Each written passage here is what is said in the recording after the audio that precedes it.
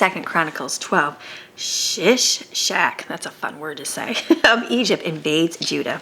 When the kingdom of Rehoboam was established and strong, he and all Israel with him abandoned the law of the Lord. And it came about in King Rehoboam's 5th year, because they had been unfaithful to God, the Shishak, king of Egypt, came up against Jerusalem. Let's see what happens here when they abandon God's laws. With 1,200 chariots and 60,000 horsemen, the people who came with him from Egypt were beyond counting. Names all of them, they were there. Shishak took the fortified cities and came as far as Jerusalem. Then Shemaiah the prophet came to Rehoboam and the leaders of Judah who had gathered at Jerusalem because of Shishak, and said to them, "Thus says the Lord, you have turned away from me, so I have abandoned you into the hands of Shishak." Then the leaders of Israel and the king humbled themselves and said, "The Lord is righteous." When the Lord saw that they humbled themselves, the word of the Lord came to Shemaiah, saying, "They have humbled themselves, so I will not destroy them, but I will grant them some measure of a remnant that escapes. And my wrath shall not be poured out on Jerusalem by means of Shishak. Nevertheless, they will become his slaves, so they may know the difference between my service and the service of the kingdom of the countries." Isn't that pretty? It's like God sees their heart. You can see, it's very quick to judge people when you think they just, they're doing wrong and doing that. But God sees when their heart is changed. Man doesn't see that. Man pinpoints and tries to, nope, they're not really changed. Nope, they're not really Christian. Nope, they're not. But God sees in the heart. I think about it so much. It's so much reading stuff in the Bible. And, David's a great example, a very good example, because God keeps calling him a man after his own heart, but David did such wrong things all the time. So, it makes you think about Christian leaders and people that you see online, things like that. It's like, you don't know where their heart is. You don't know. You hope you know where their heart is. Hope you know where their heart has been things, but when they do wrong, it's real quick to just dismiss and say, they don't love God. They're walking away. But God sees, God knows. That's why God says not to judge, right? Because he only knows our true hearts and intentions of man. So what I like about that is God also allows, if he shows mercy to them, but he does allow some consequences.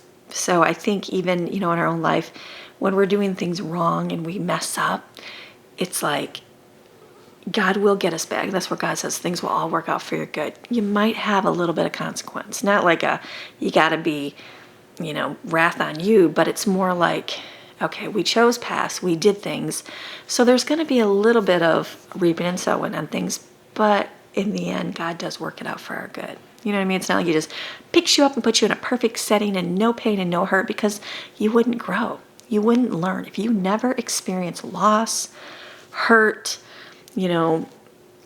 all those things against you, like pain and the sadness, all those things, if you never experience that stuff, it's like you would never, could that be awesome to be perfect?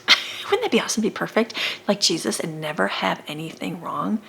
It's like he was just so perfect. Everything he walked was good, right? So, us as humans just try in our tiny little bit to do that, but how we falter so many times. How many times have I said to myself, I'm going to get up tomorrow and just have water for the morning with my coffee, and that's it, and then eat in the afternoon. The morning comes, that little nut in the closet with the salt sounds good, so, get it. Or, that fruit, the fruit's good. It's healthy. I might as well have some. And you just go with your own thing. You know what I mean? And so it's just, we don't always have consequences for things. Okay, we got plunder impoverishes Judah. So Shishak, king of Egypt, went up against Jerusalem. He took the treasures of the house of the Lord and the treasures of the king's house palace, and he took everything. He even took the shields of gold, which Solomon had made. In their place, King Rehoboam made shields of bronze and entrusted them the care of the officers of the guard who guarded the door of the king's house. And whenever the king entered the house, the guards came and carried the shields and then brought them back into the guard's room. When Rehoboam humbled himself, the wrath of the Lord turned away from him, so as not to destroy him completely, and also conditions were good in Judah. So King Rehoboam established himself in Jerusalem and reigned. Rehoboam was 41 years old when he began to reign, and he reigned 17 years in Jerusalem, in the city in which the Lord had chosen from all the tribes of Israel to put his name. And his mother was Naamah. He did evil. He did evil because he did not set his heart to seek and worship and honor the Lord. And then the acts of Roman, from the first to last, they're written in the records of Shemaiah, the prophet, and of Iddo, the seer, according to genealogical enrollment. There were wars between Rehoboam and of Judah and Jeroboam of Israel continually. And Rehoboam slept with his fathers in death and was buried in the city of David. So when we drift, that correction comes from things right, but humility brings mercy back to us. So, all right, let's come back tomorrow.